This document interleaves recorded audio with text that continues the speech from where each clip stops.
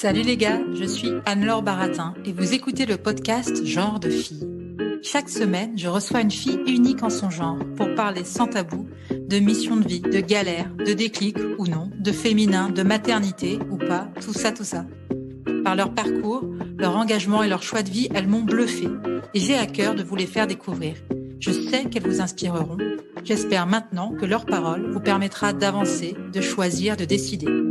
Et maintenant, place à l'épisode du jour. Bonne écoute! Cet épisode a été rendu possible grâce à Baratin, etc. Baratin, etc., c'est l'agence de création éditoriale qui accompagne les entreprises engagées s'adressant aux femmes. Alors aujourd'hui, au micro de Genre de fille, je reçois Elsa Wolinski. Si tu passes un peu de temps sur Instagram, que tu es une femme de 35 ans, féministe, qui aime se marrer, sans trop se prendre au sérieux, mais en abordant des sujets sérieux, je dirais qu'il y a une chance sur deux que tu la suives. Et si tu aimes les chats qui font n'importe quoi, du genre à se vautrer sur ton ordi l'air de rien, si tu galères avec tes enfants, et en même temps, qui ne galère pas avec ses enfants, je vous le demande, c'est sûr, Elsa, c'est ta best buddy. Et si tu aimes ta maman, mais que toi aussi tu râles un peu intérieurement, quand tu vois son nom qui apparaît sur ton téléphone, tu la connais forcément. Parce que quand on suit Elsa sur Insta, son nom sur Insta, c'est Wolinski d'ailleurs, on connaît un peu ses filles, un peu sa maman, Maryse, et aussi un peu son papa, Georges Wolinski, un des dessinateurs assassinés dans l'attentat de Charlie Hebdo de janvier 2015. Elsa, elle raconte sa vie, ses projets, ses galères, ses angoisses, sa vulnérabilité. Et accessoirement, elle fait aussi des vidéos où elle défile en body et sabots dans son appart. Et elle est mythique. À elle de se raconter au micro de Genre de fille. Petit mot de la fin, message de service. Maman, si tu écoutes cet épisode, pardon et je t'aime. Coucou Elsa, comment ça va? Coucou, ça va? Je suis super contente de te recevoir au micro de Genre de fille. Tu es la marraine de l'association Cœur de guerrière et tu as Ouais. aussi créé Sisterhood Wolinski, qui est une marque de prêt-à-porter qui lutte contre les violences faites aux femmes. Alors, ma première question, c'est ton besoin de t'engager auprès des femmes, ça vient d'où? Est-ce que c'est un besoin? Est-ce que j'ai besoin de m'engager auprès des femmes? En fait, je ne sais pas si le mot besoin, Ouais, euh, peut-être que c'est un besoin. J'ai encore jamais réfléchi de cette manière-là. C'est venu assez par hasard, hein, très honnêtement. C'est pour ça que je ne sais pas si le mot besoin mais tu vois, il faudrait que j'en parle à mon futur psychiatre que je vais voir cette semaine. ah, super. mais non, en fait, l'engagement auprès des femmes est arrivé via l'association Cœur de guerrière, via Sophia Desfemènes, qui est devenue une amie et qui un jour m'a appelée pour me dire est-ce que tu pourrais venir. On ne se connaissait pas à l'époque. Elle m'a dit est-ce que tu pourrais venir aider Laura Raab qui à ce moment-là passait en jugement au tribunal de Versailles. Je m'étais jamais vraiment engagée à ce moment-là. Elle m'a dit voilà, Elsa, je t'appelle. C'était il y a 3 ans maintenant. Sur les réseaux sociaux, il y avait peu de gens à ce moment-là qui étaient vraiment solidaires sur les femmes victimes de violences conjugales. Donc, Sophia m'a vraiment appelée, je ne sais pas, un soir pour le lendemain en me disant Ouais. voilà, est-ce que tu serais d'accord? On ne se connaît pas bien, mais il faut vraiment aider ces femmes-là. Et du coup, je ne sais pas, j'ai dit oui. Je me suis retrouvée le lendemain au tribunal de Versailles pour une jeune femme que je ne connaissais pas, donc Laura Raab, qui avait été étranglée par son ex-mari devant les yeux de sa fille, de leur fille. Laura est devenue une amie aussi depuis. Ouais, Et en fait, c'est là-bas que j'ai rencontré les filles de Cœur de guerrière. ouais. Par la suite, j'ai connu Caroline de Cœur de guerrière et Caroline, elle est devenue, je ne sais pas, comme une évidence dans ma vie, comme Sophia aussi. Mais c'est-à-dire, c'est en découvrant ces femmes qui luttaient pour d'autres femmes que je me suis mise à m'engager moi. C'était pas, enfin ça, j'ai pas l'impression que c'était là depuis des années, des années. Ça a été réveillé. Mon combat a été réveillé par les rencontres. Mais à 14 ans, j'étais pas hyper engagée. À 20 ans, j'étais dans les boîtes de nuit. Enfin, faut être très, très honnête. Ouais. J'étais pas la fille activiste à fond la caisse sur la transition écologique et les violences conjugales. Franchement, j'en avais rien à foutre jusqu'à vraiment mes 40 ans, quoi. Ouais. Et est-ce que ça te prend beaucoup de temps aujourd'hui d'être marraine de l'association Sisterhood Wolinski, ça te prend Alors, ça me prend beaucoup de temps. Alors, il faut vraiment remettre tout en place. Par exemple, en ce moment, les pauvres, je les aide pas beaucoup parce que la marque est en arrêt, on va sortir la nouvelle collection dans quelques mois. Donc, quand j'ai pas de collection, je peux pas leur reverser de l'argent. Ouais. Il faut vraiment que je vende pour leur reverser des sous. Donc, c'est assez. Là, pour l'instant, j'ai un sweatshirt qui est aux Galeries Lafayette, mais là, qui est pour la Maison des Femmes. Mm. Et la Maison des Femmes, c'est différent. Donc, c'est pas pour Cœur de Guerrière, mais Cœur de Guerrière, c'est toute l'année. Donc, dès que je vais ressortir une collection, ça sera pour elle. Euh, alors, ce qui me prend du temps, il y a un moment, ça me prenait du temps. En ce moment, ce qui me prend du temps, c'est plutôt m'occuper de Sisterhood et essayer de faire en sorte que cette collection sorte parce qu'on n'a pas beaucoup d'argent, parce qu'on n'est pas une grosse marque, parce que voilà, parce qu'on ne m'y connaît pas du tout dans le schmaltès, dans les, Ouais. dans les fringues et tout. Donc, tout est un apprentissage en fait. Moi, je ne suis pas du tout bonne pour les affaires. Je ne sais pas du tout gagner de l'argent. Donc voilà, donc il fallait créer une structure. J'ai mis 2 ans à la créer. Voilà, rien n'est simple en fait. Ouais. Mais j'ai vu que je crois que c'était sur Instagram où et j'étais morte de rire. Tu faisais des vidéos où tu étais en call avec je sais pas si c'était un investisseur ou quelqu'un qui essayait de structurer un peu plus la marque. Ouais, Et je crois que tu étais avec ton associé ou une tout à personne, fait. ouais. Et je sais pas, tu étais dans les tableaux Excel et tout. Et Je comprenais c'était. rien. Je comprends rien. Un tableau Excel, ça Et me moi fait peur. aussi. D'ailleurs, ça m'angoisse. Ça Ah. m'angoisse de dingue. Mais heureusement, maintenant, j'ai une associée qui est là.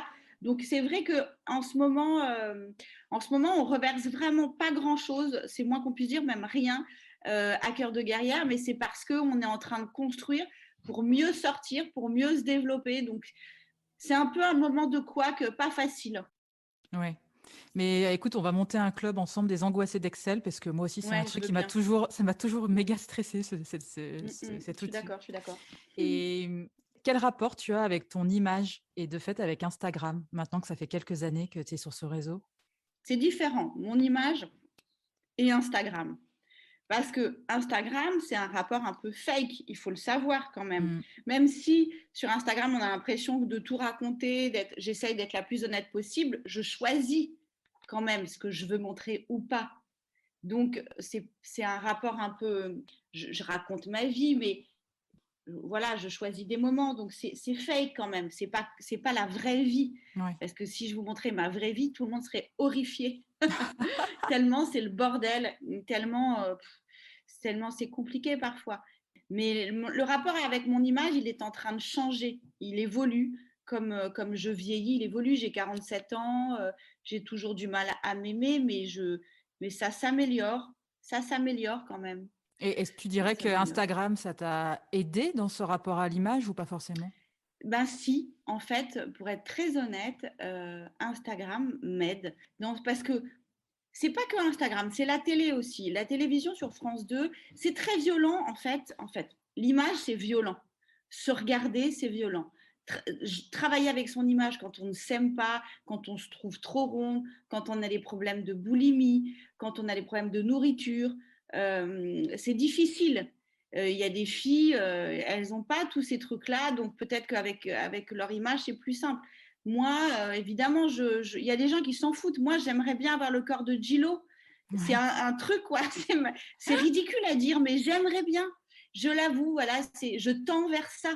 Donc c'est sûr que quand on est boulimique, quand on a des problèmes de sucre, ben c'est pas simple. Et que surtout, quand on passe pas sa vie à se regarder, parce que je passe pas ma vie à me regarder, j'ai un rapport assez simple, enfin je veux dire, je sais pas si c'est très simple, mais assez simple avec la salle de bain, le maquillage. Je me maquille pas beaucoup, je reste pas très longtemps dans la salle de bain, je prends pas énormément de temps à m'occuper de moi, peut-être pas assez d'ailleurs. Donc du coup, c'est vrai que je ne travaille pas beaucoup mon image. Mais depuis que je suis à la télévision et depuis, par exemple, que j'ai envie de m'amuser avec Instagram, c'est-à-dire de faire des réels, de faire des Ouais. trucs plus esthétiques, mais plus toujours engagés, mais peut-être plus esthétiques et drôles. Du coup, je me rends compte que, ben oui, c'est quand même plus. Alors, c'est malheureux, mais c'est sûr que quand on te prête des vêtements, bah, que tu fais un 42 ou un 44, bah, tu rentres dans rien, donc c'est une galère. Voilà, après, c'est une galère, quoi, d'être un peu ronde. Ouais, mais et pourtant tu l'assumes, enfin sur Instagram, je sais plus, bah, c'était la semaine dernière, tu as fait un réel où tu étais en body, non? T'as pas fait un truc, Ouais, ouais, si, mais qui est si. génial d'ailleurs. j'ai fait un réel, mais je me suis pas du tout rendu compte en fait de ce que je faisais. J'étais avec mes filles et Ouais. j'allais au défilé Etam et c'est vrai, je me suis filmée en body Etam et mais je me suis pas rendu compte que ça allait avoir cette portée-là. Je parlais en plus parce que je me lance dans un avec les laboratoires Vichy, je collabore avec eux pour tout un truc sur la ménopause positive. Ouais, j'ai Donc vu c'est vrai que Ménopositivity. la Ouais, ménopositivity. Donc, exactement. c'est vrai que c'était un poste qui regroupait et les rondeurs et cette ménopositivity. Et Ouais. du coup, mais je ne me suis pas rendu compte de cette portée, je l'ai fait très librement. Ouais, c'est vrai, je suis mal avec mon image, je suis mal avec mon corps et pourtant, je suis capable de me montrer à moitié nue sur les réseaux, mais je suis aussi capable de ne pas m'aimer du tout. Ouais. Je sais pas. Pour revenir à ce que tu disais quand tu parlais de la télé, c'est pour ceux qui nous écoutent et celles qui nous écoutent, c'est que en fait, tu es dans une émission qui s'appelle Bel et Bien sur France 2. C'est ça, le samedi matin.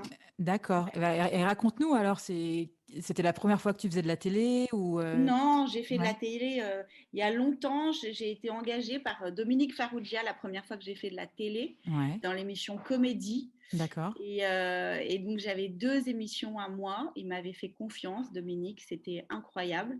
Et ensuite, j'ai fait de la télé sur Paris Première, dans Sa Valence à Paris. Ouais. Et puis après, j'avais complètement arrêté.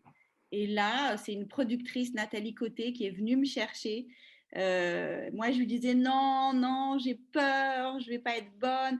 Et en fait, elle m'a vraiment fait confiance, elle m'a beaucoup aidée. Et c'est une très, très bonne productrice. J'ai beaucoup de chance d'être dans cette émission parce qu'il y a Ali, Agathe, André Manoukian. Enfin, c'est vraiment formidable. Il faut que tu précises, c'est Agathe Le Caron, c'est la Exactement. présentatrice Ali de la. Riveillé, Ouais, Ali Réby qui est sur Europe 1 aussi, non? qui est sur C'est Europe ouais, 1 Grand bien vous aussi. fasse, il me semble, c'est ça? Exactement. Et Ouais. Christophe André, le psychiatre. D'accord. Et c'est génial. J'ai l'impression de me soigner à chaque émission. Oui, parce que oui, c'est ce que tu disais aussi, c'est que c'est une équipe qui est hyper bienveillante. Ouais, les Enfin, gens sont ouais. adorables. Vraiment, c'est pas du faux. Les gens sont. Moi, j'aurais jamais pu faire de la télé, faire de la fausse télé. Je sais pas faire, de toute façon. Ouais. Donc, et puis comme j'ai un fort caractère, c'est-à-dire si je me sens pas bien, je peux partir. Tant pis pour l'argent, tant pis pour tout. Si c'est pas en accord, d'abord je suis bloquée, ça peut pas marcher. Et ensuite, ben, je peux me casser, quoi. Donc Et, là, vraiment, c'est des gens bienveillants, l'émission est intelligente, c'est des gens gentils. Ouais, c'est très agréable de travailler pour Bel et Bien. et donc là, tu as une chronique sur Bel et Bien. Enfin, comment ça se passe? Je suis pendant toute l'émission, je suis là pendant toute Ouais, l'émission, et en plus, j'ai des temps de parole à moi. Ouais. d'accord. Et est-ce que tu regardes les émissions en replay ou pas? Enfin, qu'est-ce que ça fait de se voir ensuite? Est-ce que tu évites ou est-ce que tu regardes en te disant Non, j'évite pas, je me regarde. Alors, il y a des fois où je me regarde une seconde et je vois que je me dis, oh là là, t'es une catastrophe, donc je vais pas plus loin. Et parfois, je me regarde, je m'écoute parce que je veux m'améliorer. Donc, j'essaye de moins parler avec les mains. Parfois, je finis pas mes phrases. Je travaille pour offrir le meilleur de moi-même, je crois. d'accord. Ouais. Et pour revenir sur Instagram, c'est ce que je te disais un Mhm. peu en introduction quand moi j'en parlais avec des proches ou des personnes qui te suivent aussi sur Instagram. T'assumes d'être vulnérable. En tout cas, nous, quand on est derrière notre écran et qu'on voit un peu ce que tu proposes, enfin ce que tu nous montres, on voit que tu assumes d'être vulnérable. Est-ce que ça a toujours été évident pour toi d'assumer cette part de vulnérabilité, de montrer ça à tous tes followers J'adore rien que le mot vulnérable, en fait. Ouais, Je trouve que c'est assez joli d'être vulnérable. C'est comme aussi d'être fragile, d'être gentil. Tous ces mots peuvent paraître naïfs, en fait. Comme la bienveillance, tout ça. Mais en fait, c'est des mots très importants. Moi, j'assume complètement ma vulnérabilité et je suis vulnérable. J'ai peur. Je peux être. Souvent, on me décrit comme une guerrière, comme une activiste, mais moi, je me réveille le matin. C'est difficile. J'ai la trouille. mmh, En premier, j'ai la trouille. Donc, il faut que je me dise non, ça va aller. Moi, je suis ultra sensible. J'ai mis des années à comprendre qui j'étais en fait. Grâce à, par exemple, Maurice Barthélemy aussi, qui a écrit un livre ouais. et qui est en ce moment au théâtre, justement, et qui raconte son ultra-sensibilité. Moi, je ne savais pas que j'étais ultra-sensible. En fait, aujourd'hui, on peut le dire, on peut se définir. Être vulnérable, c'est aussi parfois être ultra-sensible. Et quand on est ultra-sensible, eh ben, c'est difficile, la vie de tous les jours. C'est pas simple parce qu'en fait, dans cette société, on nous demande d'être dur, on nous demande d'être fort, on nous demande d'être dynamique, d'être en forme. Et tu as l'impression que si tu es fragile, si tu es rond, si tu pleures, ben t'es du caca, quoi, tu vois. Et du coup, moi, je fais une ode à la vulnérabilité et à la fragilité et au mal-être. C'est pas grave. Tu l'as lu, le livre de Maurice Barthélémy, tu le recommandes? Mais non, je vais me l'acheter aujourd'hui, justement. D'accord. Ok. Ouais, je vais me l'acheter. En fait, je l'ai beaucoup suivi sur les réseaux sociaux. Je l'aime beaucoup, Maurice. Et en fait, j'ai très envie d'aller aussi au théâtre. Aujourd'hui, je me suis dit que j'allais m'acheter son livre et que j'allais me réserver une place pour aller le voir cette semaine. C'est marrant que tu parles de lui, parce que moi, j'avais écouté un podcast où justement, il expliquait comment il avait découvert son hypersensibilité. Et je crois qu'il l'a découverte parce que sa fille est hypersensible. Et quand il parle de sa fille qui habite aux États-Unis, qui s'appelle Tess, je crois, j'ai une bonne mémoire, et c'est hyper émouvant, en fait. Dans cet épisode, il faudrait que je retrouve le nom du podcast, mais c'est comme ça que j'ai découvert la manière dont il en parlait. Et dans un autre registre, on parlait de la vulnérabilité. J'imagine que tu dois avoir sur ta table de chevet le livre de Camille Sfez qui s'appelle Alors, il n'est pas sur ma table de chevet, il est devant moi, il est dans ma bibliothèque. S'émerveiller d'une sensibilité retrouvée. Ouais, vulnérable. Effectivement, je l'ai. Ouais. Je l'ai beaucoup aimé, ce livre. Eh ben moi, je l'ai pas encore commencé. Il est très fort. Ouais.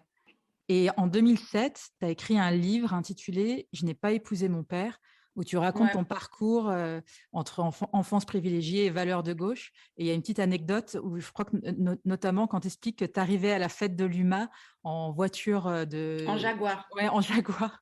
Et est-ce que tu peux nous expliquer le choix de ton titre? Alors, en vrai, ce livre, c'est un très mauvais livre. D'accord. J'avais à l'époque cet éditeur chez qui j'avais signé. Et donc, j'ai été obligée d'écrire ce livre parce que j'avais accepté. À l'époque, j'écrivais dans le Madame Figaro, je racontais ma vie dans le Madame Figaro. Ils avaient trouvé mes chroniques rigolotes. Et donc, ils m'avaient dit, mais ça serait bien que tu racontes ta vie. En fait, au départ, j'avais dit oui. Mais il se trouve que ma vie, à ce moment-là, elle n'était pas drôle. Je venais de quitter un premier mari qui était très dur, qui avait été très méchant. J'étais malheureuse. J'étais droguée. Après, j'ai rencontré le père de mes enfants avec qui j'ai fait mes enfants. Enfin, à l'époque du livre, j'avais qu'une enfant. J'avais Lila déjà. Et en fait, ça a été vraiment très dur parce que je raconte un moment de ma vie. D'abord, je trouvais ça complètement stupide déjà d'écrire. J'avais 40 ans à l'époque, donc d'écrire une biographie, je trouvais ça stupide. Enfin, j'étais pas en accord avec ce livre. Donc, je l'ai sorti dans la douleur. Je pense que ce qui intéressait que l'éditeur, c'était que je parle de gens connus que j'avais rencontrés, avec qui j'avais couché. Et que ça soit un livre, il n'était pas bon. Donc, j'ai pas épousé mon père. Le titre, c'est parce que c'est vrai que j'ai pas du tout épousé mon père. J'ai toujours épousé des hommes. Enfin, j'en ai épousé qu'un. Et ensuite, le père de mes enfants aussi était très différent. Mais j'ai été avec des hommes qui étaient, alors que mon père était un homme très gentil, qui aimait beaucoup les femmes, qui était très tendre, qui nous a offert une vie extraordinaire dans l'amour, la joie, les rires, la liberté de penser. J'ai été très gâtée. Je suis vraiment née dans l'amour. J'ai beaucoup de chance. J'ai eu beaucoup de chance enfant. Et en fait, j'ai vraiment été avec des hommes agressifs, vulgaires, des espèces de bad boys, mais des bad boys vraiment stupides, parce que je pensais que la virilité, c'était ça. En fait, je Je pensais que la virilité, c'était forcément un mec qui rit de ses blagues, qui Ouais. parle fort, qui fait l'amour d'une certaine manière. Et en fait, ben, j'ai dû aller au bout de ces pensées-là stupides pour me rendre compte qu'en fait, non, c'était pas ça, ni l'amour, ni le bonheur, ni la virilité, et que j'ai perdu des plumes, en fait. Donc, non, j'ai pas épousé mon père, j'ai épousé tout l'inverse, et j'ai été avec des hommes qui m'ont fait beaucoup de mal, Ouais. alors que mon père m'a fait beaucoup de bien. Et quand tu as sorti le livre, c'était en 2007, tu avais déjà conscience à l'époque en gros, que tu n'aimais pas ton livre. Ouais, ouais, ouais. Quand le Ouais, livre est sorti, j'avais conscience que c'était horrible. ouais, En plus, je disais des choses dont mes parents, je parlais de drogue, je parlais de trucs très durs dans ce livre, et mes parents n'étaient pas forcément au courant. Donc, ouais, ça a été aussi un peu un choc pour eux. Euh, Comme d'habitude, mon père m'a beaucoup soutenue. Mon père m'a toujours soutenue dans tout ce que j'ai fait. Mais ouais. C'était en 2007 ce livre, c'est ouais, dingue. ouais. Et ils l'ont lu tous les deux? Tu en as discuté avec eux à Ouais, ce ouais, moment-là? non, j'en ai pas beaucoup discuté. Ma mère, elle a fui plutôt. Ouais, Mais non, j'en ai pas beaucoup discuté. C'était vraiment un moment difficile. Je me souviens que quand je leur ai déposé, j'ai pleuré ensuite dans les escaliers de chez eux. À l'époque, ils vivaient encore boulevard Saint-Germain. ouais, J'avais tellement peur de ce qu'ils allaient penser de moi.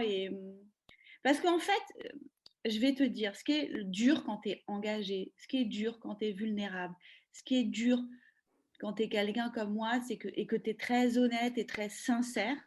Enfin, honnête, je ne sais pas, mais sincère. La sincérité, c'est pas simple à, à supporter.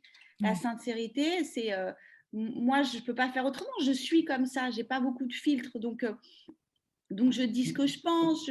Je dis la réalité de ce que je suis. Mais après, c'est pas facile à assumer en fait. Assumer la sincérité, assumer sa vulnérabilité, ça veut dire dire ce qu'on est, et parfois ce qu'on est, ben c'est pas facile. Ouais, je Donc, comprends. Non, ouais. puis si ça renvoie aussi aux autres, Des images aussi, ça oui, veut dire qu'on décrit ce qu'on est. Donc, ça veut dire qu'il y a des gens qui vont se dire, ah bah ouais, elle a pris de la drogue, ah ouais, elle est grosse, ah ouais. Après, les gens, ils en font ce qu'ils veulent de nous. Tu vois ce que je veux dire? ouais, ouais, complètement. Puis en plus, c'est souvent des projections, en fait. Enfin, Mhm. les gens projettent sur toi ce qui peut aussi les rassurer eux par rapport à ce qu'ils sont ou par Tout rapport à fait. à ce qu'ils peuvent pas encore assumer. Ou tu sais, parfois tu peux avoir de la jalousie aussi, de se dire elle arrive à être vulnérable, à être franche. Moi, je fais comme si tout allait bien. Enfin, je pense que tu as plein de sentiments très, très différents qui peuvent cohabiter. Bref. Ouais. Qu'est-ce que c'est l'héritage de tes parents? En quoi tu es la fille de ton père, mais en quoi tu es la fille de ta mère aussi? C'est c'est une jolie question. C'est marrant. On ne m'a Merci. jamais posé cette question. En quoi je suis la fille de mon père et en quoi je suis la fille de ma mère? Alors, je suis la fille de ma mère tout de suite je suis très volontaire. Ma mère, elle est très volontaire. Ma mère, elle a un cancer Ouais. généralisé. Elle a fait une embolie pulmonaire et c'est un phénix. Elle n'est pas morte. Elle tient debout. Elle a beaucoup de caractère. Elle sait ce qu'elle veut pas.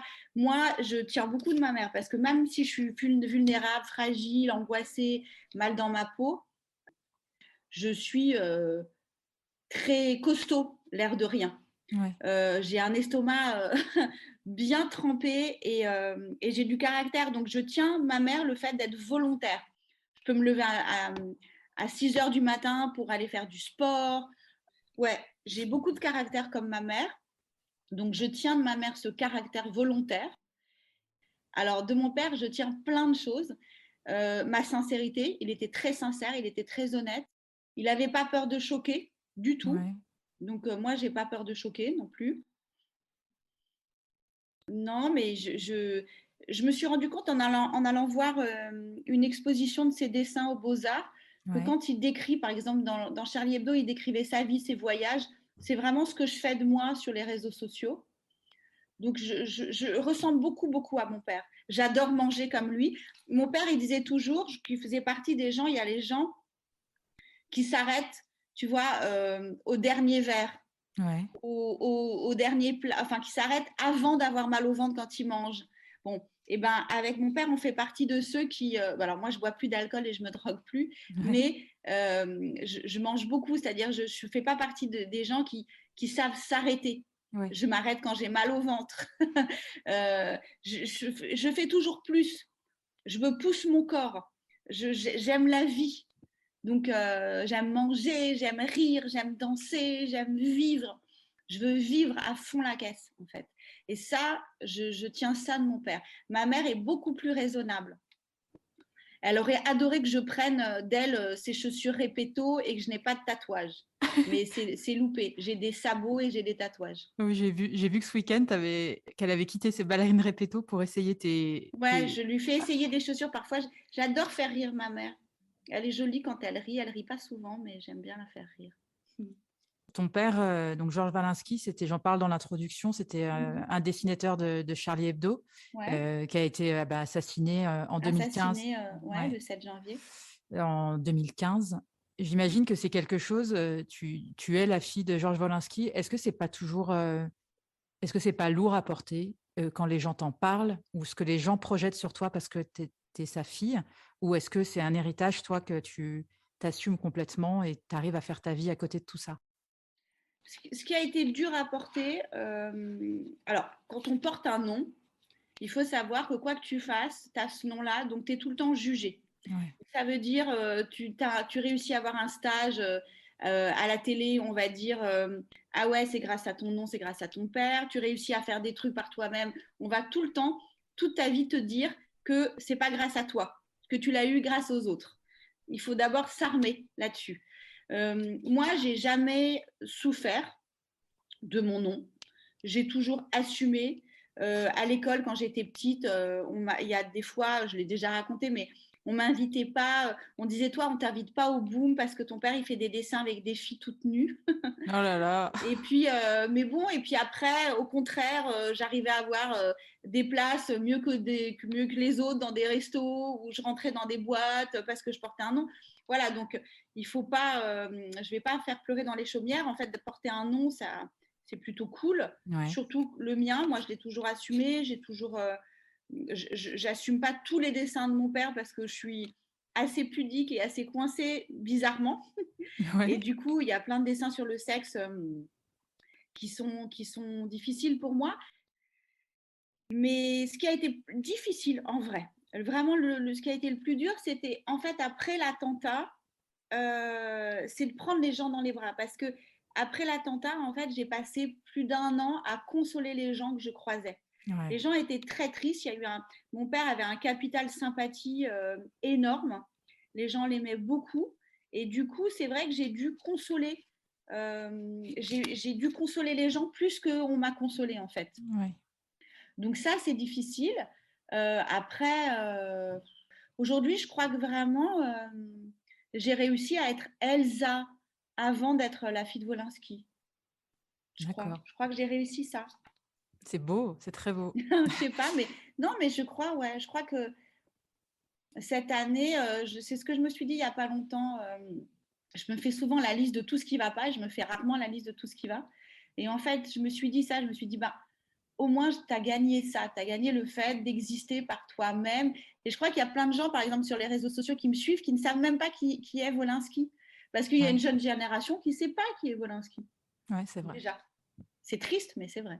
Et du coup, tu parlais tout à l'heure d'une exposition. Qu'est-ce qu'il y a concrètement aujourd'hui pour continuer à faire vivre l'œuvre de ton père? L'œuvre de Ouais. Wolinski. Ouais. Alors, en ce moment, il y a une exposition aux Beaux-Arts avec une très jolie exposition aux Beaux-Arts. Ouais. Parce qu'on a fait des dons de dessins. On a donné des dessins de Wolinski aux Beaux-Arts. C'est en ce moment. Après, c'est ma mère qui fait vivre l'œuvre de Wolinski. C'est Ouais. pas moi du tout qui m'en occupe. D'accord. Sûrement, quand ma mère sera décédée, ça sera moi avec mes sœurs. J'ai deux Ouais. sœurs, deux demi-sœurs, D'accord. qui sont les filles de mon père, mais qui sont comme mes sœurs, quoi. Ouais. Donc voilà, je pense qu'on fera ça à trois. Et je dois t'avouer que j'ai été très émue quand j'ai préparé cette interview, car je suis tombée sur un de tes posts Insta où tu rends hommage à ton papa, justement, où c'est l'anniversaire Ouais. de sa mort. Si tu acceptes, j'aimerais bien en lire un petit bout. Oui, oui, bien sûr, Ouais. mais je sais même plus de quoi tu parles en fait. Et je pense que tu vas t'en rappeler. Ouais. Alors, donc tu parles à ton père et tu dis je t'imagine, c'est tout, je t'imagine me regarder. Tu es fière de moi? J'espère que le trou de ta balle s'est rebouché. J'ai peur que tu attrapes froid dans le cœur. Ah, au fait, j'ai retrouvé un film porno dans un vieux magnétoscope à toi. J'ai rougi et j'ai ri. Je suis Wolinski, la fille de Wolinski. Je suis Angela, la fille de Georges. Je suis Elsa, la fille de son papa. Ta Ah bah, poésie. C'est surtout ta poésie qui me manque. Je t'aime. Ah. Oh là là, c'est beau. Oui, mais c'est surtout, c'est hyper intéressant parce que ça revient à ce que tu disais juste avant, que c'est un peu depuis cette année que tu trouves que tu arrives à être Elsa, tout simplement, quoi. Ouais, j'arrivais à écrire des trucs incroyables, hein. Je disais des trucs. Je relis jamais mes posts sur Ouais. Instagram. T'as Parce qu'en raison, fait, sinon tu les retoucherais. oui, en fait, j'écris sur Insta comme dans un souffle. Ça me vient, il faut que je sorte tout de suite le texte et après, je le laisse comme il est. Mais, hum, mais parce que oui, et puis parce qu'il y a des tas de choses que j'oserais pas écrire, en fait, si je me relisais. Ça, c'est par exemple, c'est très intime. Ouais. C'est même, tu vois, ça, je me dis comment j'ai pu écrire ça. C'est un truc de dingue. Ouais, mais peut-être que je comprends ce que tu veux dire. Je sais pas si tu te dis, tu as un petit moment de honte, comme beaucoup de femmes peuvent l'avoir quand on fait quelque chose de tellement sincère et tellement brut, Mm. et qu'en plus tu l'entends dans la bouche de quelqu'un d'autre. J'imagine que ça fait un peu bizarre. Mais en tout cas, c'est un texte, moi quand je l'ai lu, j'ai trouvé ça hyper émouvant et c'est ça qui fait sa beauté aussi, c'est que c'est brut en fait. C'est que et puis c'est drôle aussi, il y a de l'humour, c'est quand même assez fou de faire un hommage à quelqu'un, quelque chose d'émouvant et de drôle à la fois quand tu parles de quelque chose de grave. Rien que pour ça, moi, je te dis bravo. C'est pas si courant. C'est gentil, merci beaucoup. Écoute, c'est vrai que, écoute, c'est quand même très émouvant.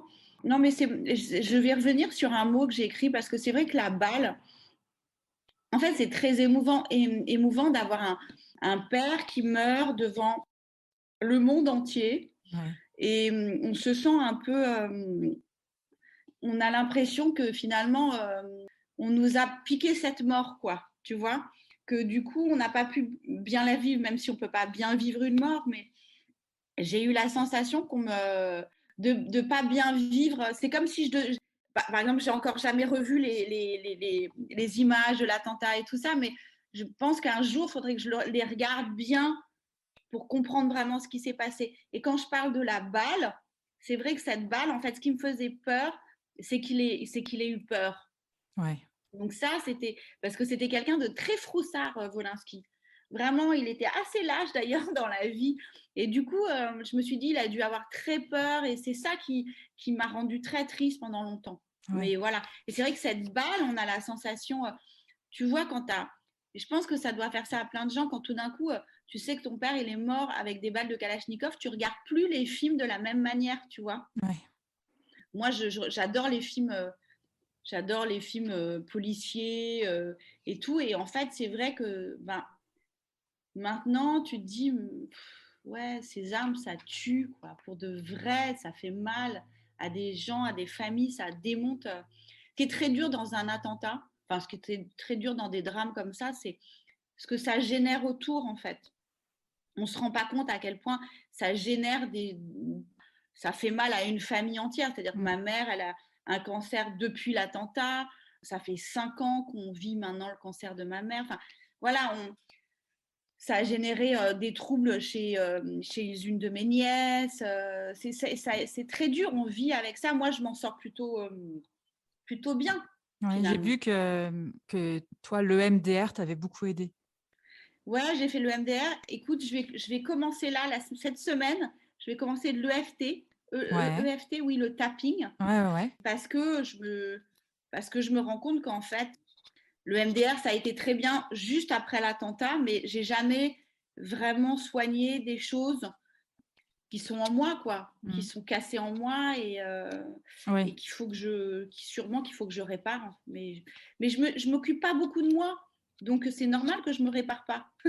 Non, puis en plus, en maman solo avec tes deux filles, puis tu es quand même bien occupée, c'est pas forcément évident de te dire je prends ce temps-là uniquement pour moi, je Ouais, m'occupe de non, moi et je soigne un peu, je me soigne, quoi. Enfin, c'est pas forcément évident. Et je non. précise, pour ceux qui nous écoutent, le MDR, moi j'en ai fait aussi, et c'est vrai que c'est très utile en cas de stress post-traumatique ou pour des choses qu'on a oubliées enfant et qui reviennent un peu à la surface.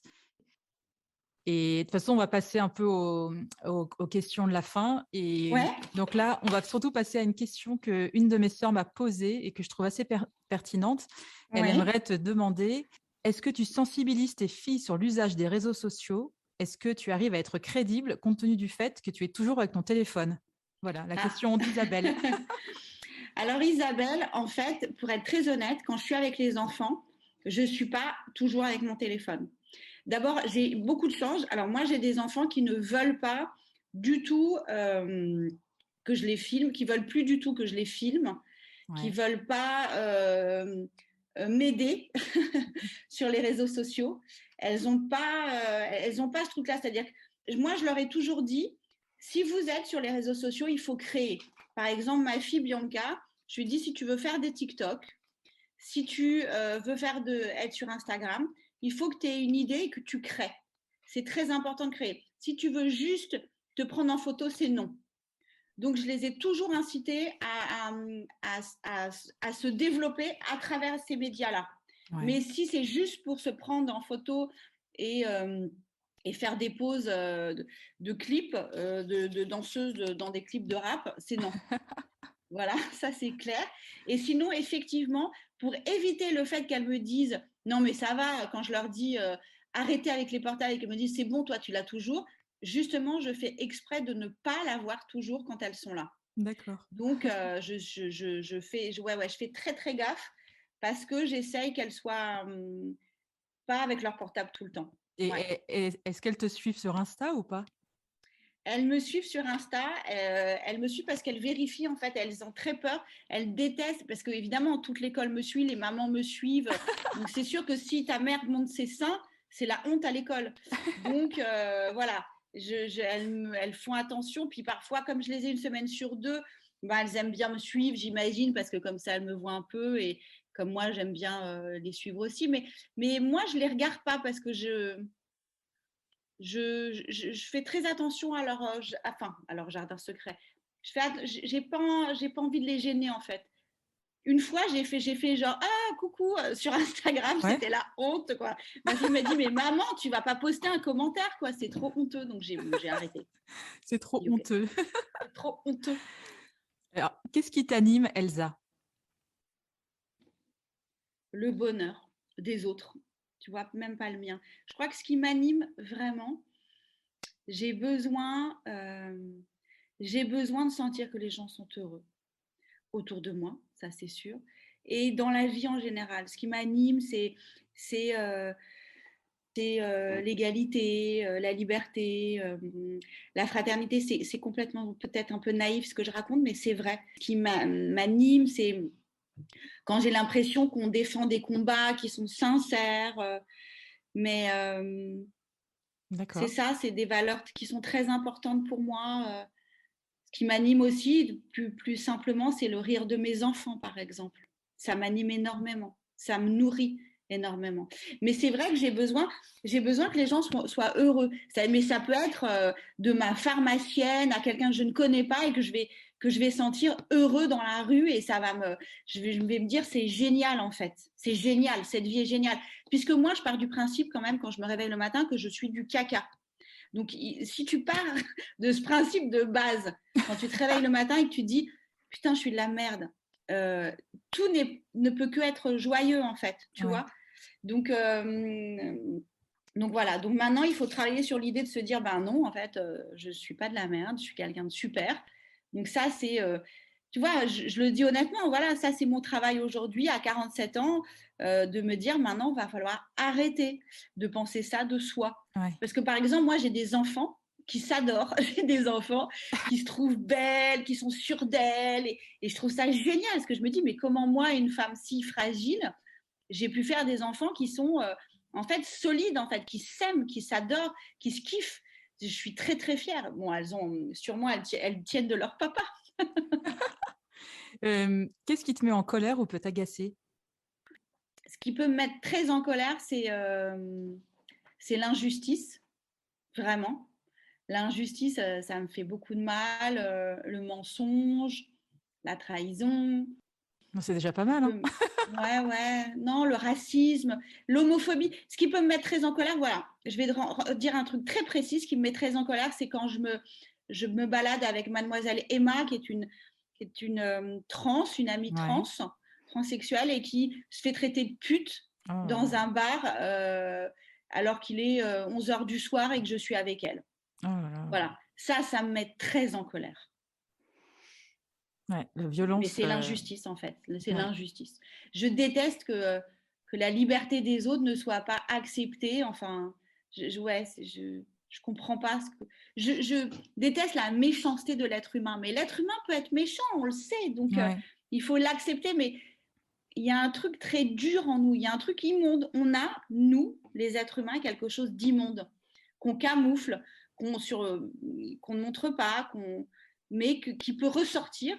Et j'ai très peur que des gens comme Zemmour, que des gens comme ça, justement, permettent, permettent de nous faire ressortir ce truc immonde qu'on a, et puis qu'on le généralise, que ça soit pas grave.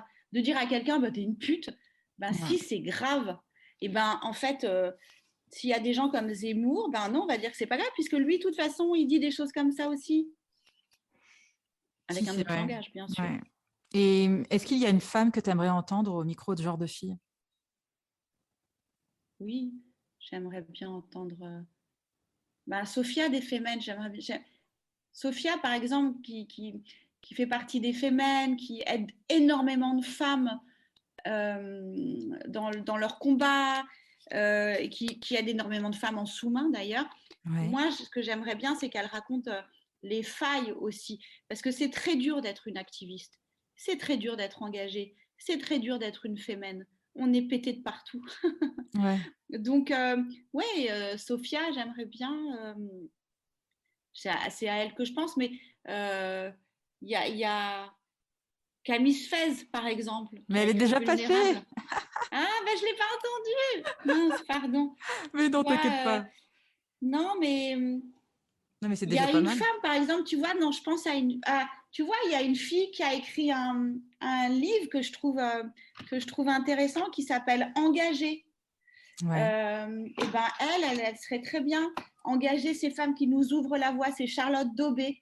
D'accord. Et il est très intéressant, son livre. Ok. Donc voilà. Eh ben, écoute, je le note. Et la question de la fin que je pose à toutes mes invitées, quel genre de fille es-tu, Elsa? Moi, je crois que je suis un homme. C'est horrible, hein. Enfin, On non, on me l'avait jamais sortie, celle-ci. mais si, je crois que je suis un mec, en fait. Mais c'est à cause de mon père. J'ai été trop élevée par mon père. Et du coup, je pense que je suis un homme. C'est vrai, hein. Je fais je pense que il y a quelques années, je Ouais. travaillais avec une illustratrice qui me disait, mais tu as une mentalité de taxi, en fait. C'est une catastrophe. Et c'est vrai, j'ai été tellement élevée par mon père qui aimait les femmes, mais qui avait un regard aussi très masculin, et je ne sais pas si tu as dit, mais très patriarcal. Et Ouais. du coup, c'est vrai que je me demande parfois si je ne suis pas un homme, et si j'étais un homme, je crois que je sauterais toutes mes copines. C'est ça le J'adore. problème. Je crois que je ferais l'amour à toutes mes amies. Écoute, Mais voilà. tant qu'elles sont consentantes, je veux dire, ça pose Ah pas de oui, problème, quoi. bien sûr. Non, Ouais. je serais un homme très doux, très gentil. Mais non, je ne sais pas quel genre de femme je suis, je ne sais pas. Mais Je tu crois. sais, c'est un peu une question où chacune peut y mettre ce qu'elle veut et c'est ça qui est marrant aussi. C'est une Moi, question qui. ouais. Non, mais mis à part au fait que je pense que je suis un homme au fond de moi, Ouais. euh, je pense que je suis pleine d'amour, et que cet amour que j'ai beaucoup de chance. Cet amour que j'ai, ben, je dois le partager. Et c'est ma manière d'être honnête et sincère, c'est peut-être ça. C'est peut-être comme ça que je le partage. Voilà. Et qu'est-ce qu'on peut faire, nous, pour aider Cœur de Guerrière? Comment on peut concrètement aider cette association Ah ben, il faut leur acheter. Ben, moi, en ce moment, j'ai pas de collection, donc il faut aller sur leur site. Il faut Ouais. leur acheter des t-shirts. Il y a plusieurs marques qui travaillent avec elles, hein, il n'y a pas que la mienne. Donc, en fait, il faut absolument… c'est-à-dire qu'à partir du moment où on leur donne des sous en cœur de guerrière, ils n'aiment pas demander de l'argent. Donc, ils demandent à des marques de créer des choses pour qu'on puisse se faire plaisir en achetant et en même temps faire du bien à des femmes qui souffrent de violences conjugales. Donc, quand on achète quelque chose pour cœur de guerrière, évidemment, on redonne, c'est-à-dire c'est de l'argent qui va aller dans des nuitées, c'est de l'argent qui va aller dans des couches, dans de la nourriture, c'est de l'argent qui va aider à faire que des femmes vont survivre avec leurs enfants. Ouais. C'est très important d'aider Cœur de guerrière. C'est une association extraordinaire. Caroline et toutes les femmes qui travaillent pour Cœur de guerrière, c'est des femmes. Mais vraiment, j'ai jamais rencontré des personnes aussi touchantes, aussi fortes, qui sont dans une résilience extraordinaire. C'est que des femmes qui se sont fait péter la figure quand même, réellement. C'est des femmes qui ont été écrasées, qui se sont relevées, qui sont des mères extraordinaires et qui aujourd'hui, au lieu de recommencer leur vie en se disant voilà, on est enfin heureuse, on peut continuer, non, elles décident d'aider aussi les autres. Donc voilà, c'est quand même, elles ont toutes deux métiers. C'est ce que je vous disais, c'est fatigant d'être activiste et engagé. C'est pas toujours simple en fait. Ouais. Écoute, ce sera le mot de la fin et Génial. Merci Elsa. Merci beaucoup. Merci à toi. C'était un super moment. Merci d'avoir été aussi sincère et à bientôt. À bientôt. Au revoir. Merci d'avoir écouté cet épisode. J'espère qu'il vous a plu.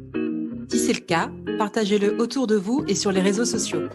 N'hésitez pas non plus à laisser un avis positif à propos de Genre de Filles sur vos applications de podcast. Pour ne rien manquer de Genre de Filles, suivez-moi @Anne-Laure Baratin sur Instagram. Si vous avez des compliments, des critiques ou des réflexions, n'hésitez pas. Merci à Marvin Marchand pour la musique du générique. Bonne semaine et à très vite. Salut!